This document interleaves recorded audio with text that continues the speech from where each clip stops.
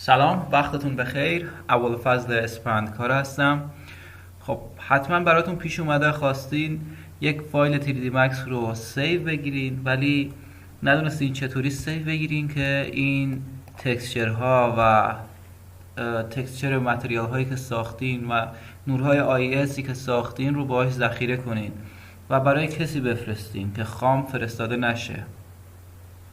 ما در این جلسه این آموزش رو داریم که چطور سیو بگیرین که تکسچرها و نورهای آیS و بقیه چیزهایی که میارید مثل فایل های نورهای ویری پلن رو سیو کنید.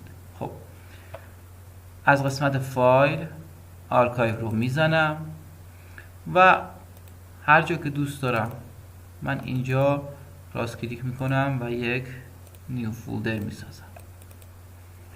در این قسمت شما میتونید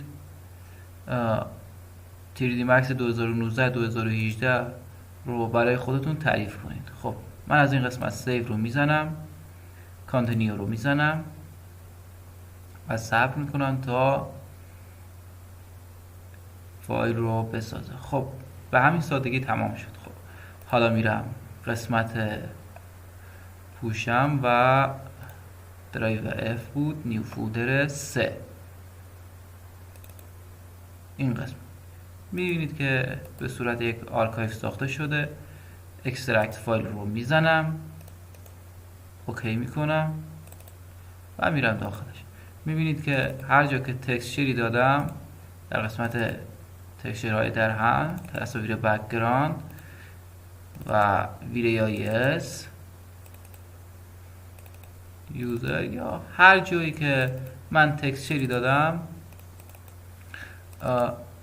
پیدا کرده و برای من در یک فایل آرکایو همراه با فایل مکس هم قرار داده. به همین سادگی. موفق باشید.